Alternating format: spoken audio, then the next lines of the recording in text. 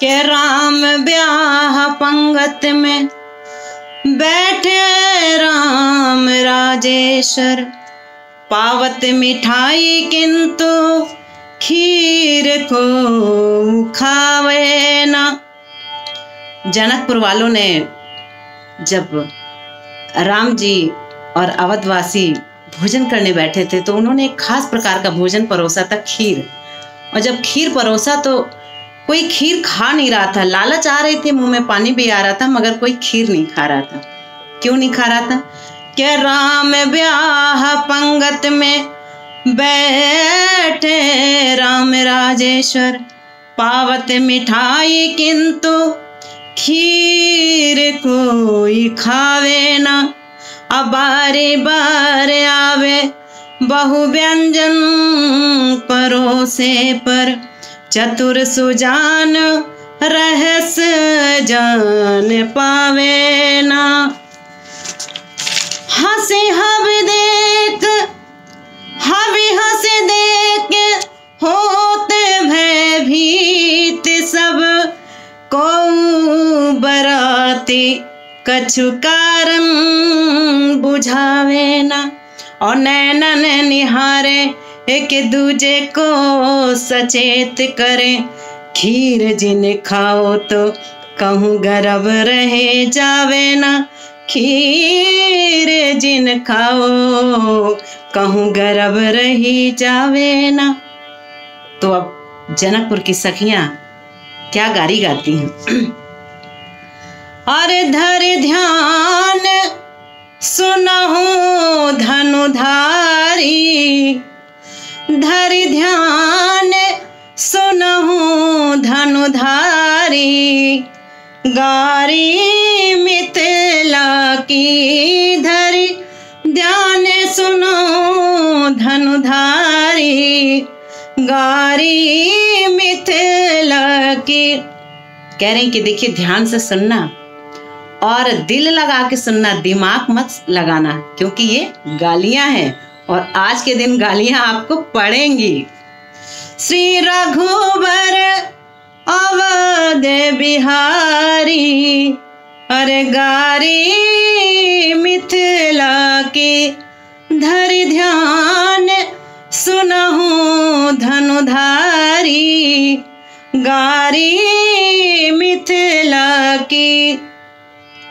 और धनु से आगे सुन ब्याह उमंग में, बिन चिट्ठी आए मुनि संग में। आपको तो चिट्ठी भी नहीं गई थी, आपको तो कोई निमंत्रण भी नहीं दिया गया था, फिर भी आप चले आए।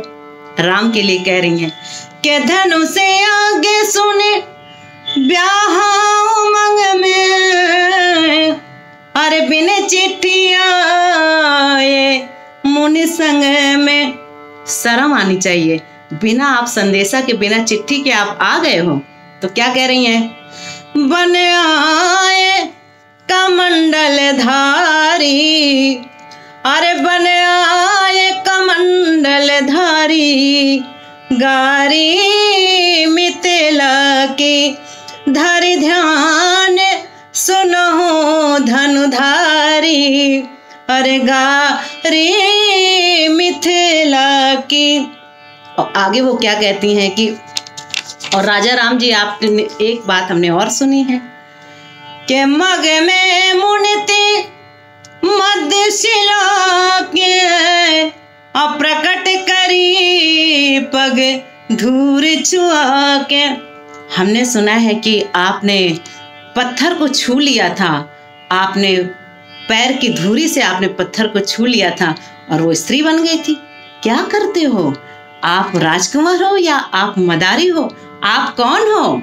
तो वो देखिए सखियां कैसे चिढ़ा के गाना गा रही हैं कि मग में मुनिति मध्यशिला के, अप्रकट करी पग धूर चुला के, हो प्रकट करी पग धूर छुआ के। अरे तुम राज कुंवर हो या मदारी, तुम राज कुंवर या मदारी, गारी मिथिला की। धरि ध्यान सुनो धनुधारी, गारी मिथिला की। और आगे सखियां क्या कहती हैं, और राम जी एक बात और सुनो, जब आप धनुष उठाने के लिए चल रहे तो आप बड़ा सीना तान के चल रहे थे, क्या करते हैं आप? तो सखियां कैसे उनको चिढ़ा रही हैं कि सुंदरता अभिमान में सीना, तान चले पर आयो पसीना। आपको सीना तान के चल रहे थे और आपको बहुत अपनी सुंदरता पे गर्व था, लेकिन हुआ क्या? उल्टा हो गया। कैसे? कि सुंदरता अभिमान में सीना, और तान चले पर आयो पसीना। प्रभु जी आपके माथे पे पसीना आ गया था कब?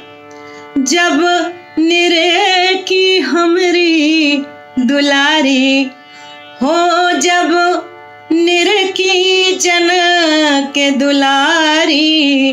अरे गारी मिथिला की, धरि ध्यान सुनो प्रभु गारी।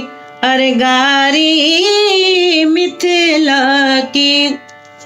और आगे वो कहते हैं कि महाराज जी, हमने सुना है कि सूर्यवंश के लोग बहुत दानी होते हैं और आप बहुत दानी हैं, आप सब कुछ दान कर देते हैं, लेकिन ये क्या किया आपने? और कहानी वो क्या बता रही हैं कि दान शिरोमण महिमा मंडित, और फुलवारी में पुष्प चयन हित। जब आप फुलवारी में गए थे पुष्प चुनने के लिए, तो आप क्या कर रहे थे? आप क्या करते हो? आपको शर्म नहीं आ रही थी? कि दान शिरोमण महिमा मंडित, दान शिरोमण महिमा मंडित, और फुलवारी में पुष्प चयन हित। आप भूल गए कि आप बहुत बड़े दानी हैं, शिरोमणि हैं, लेकिन आप क्या कर रहे थे? माली के सामने आप भिखारी बने हुए थे, हाथ जोड़कर आप फूल मांग रहे थे। शर्म आनी चाहिए।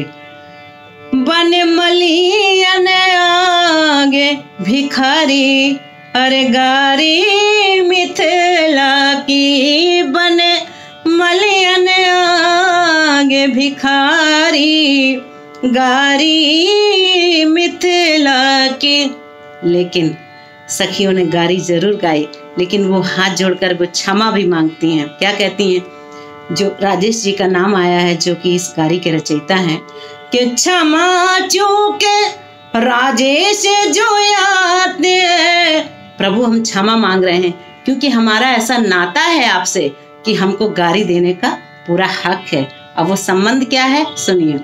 क्षमा चूके राजेश जो याद, क्षमा चूके राजेश जो याद, और गारी देते सियाजू के नाते हो, गारी देते सियाजू के नाते। और हम तुम्हारी सरहज सारी, हम तुम्हारी सारी सरहज सारी, गारी मिथिला की। सुन